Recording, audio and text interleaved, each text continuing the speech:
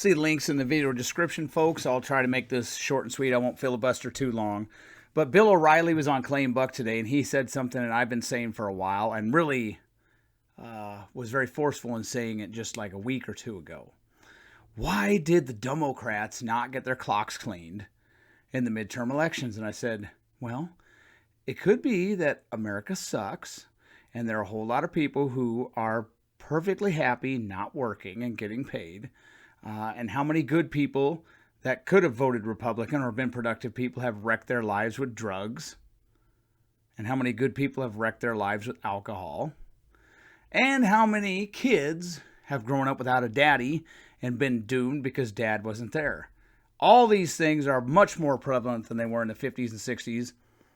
So maybe we're just polishing the brass on the Titanic. I know that'll piss some people off. Oh, how dare you? I'm just speaking the truth. Maybe you need to just realize it.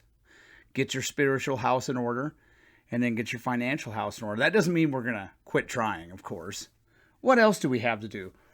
But see the links in the video description. I did this in a response to the divorcee Stan Cedar, he was trying to talk up Joe Biden's economy and doing a really poor job of it. And I've got a lot of data on this. In fact, some of it's going to be updated. I still haven't done. I did kind of a partial update just because I had to, because Stan was running his mouth and lying as per usual, and I corrected him on that. But Bill O'Reilly agrees with me, or maybe I agree with him. But either way, I think that's part of the reason is there's a whole bunch of people. What's worse? I don't know. What's worse? Joe Biden opens up the border and lets fentanyl in, or the fact that a lot of people want to use it. Joe Biden opens up the border and more cocaine's coming over. Is that worse than the fact that there's millions of Americans that like to sniff white stuff up their nose? I don't know. You tell me. So I think part of the reason some countries suck is because the people suck and they allow it to be done to them. I mean, Nazi Germany, they allowed it to be done to them. I'm not going to allow that to happen here. They're trying to recreate Nazi Germany here, but I'm not going to allow that. And that's all the further I'm going to elaborate on that. But maybe part of the reason the Dumbasscrats didn't get their clocks cleaned is there are a whole bunch of people who want to sit around and get paid to do nothing. In fact, I see in the workplace there's some people who they basically do nothing and they're getting paid anyway. But sorry, I'm getting on my soapbox. But we'll close it out with here's the soundbite from Bill. So Bill agrees with me or I agree with him, whichever way you want to look at it.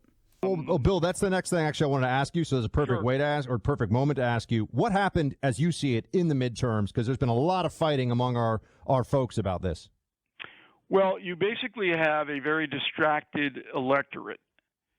So the collapse of the corporate media, and that includes cable news, has sent people scurrying everywhere. There is no central message anymore. Now, I thought, and I think you guys do too because I listen regularly, I thought the economy was going to spur the independents to vote Republican. Because, look, the stats that just came out are that American homes have lost $17 trillion in value, the worst since the Great Depression. That's household assets across the country, $17 trillion. I mean, this is just astronomical collapse in the security of the American people. So I rightly said, well, if that's what's going on, they're going to vote for the opposing party. They did not, for a variety of reasons. They did in Florida. They did in Texas. They did where I am on Long Island. They put Republicans in. But in other areas, the entitlement culture, the Democratic Party paying people not to work, continual COVID relief, that overwhelmed any vision. And so that's what I think happened. But I was wrong. I thought that the Republicans were going to take the House and the Senate by a pretty comfortable margin. I thought the same thing, Bill.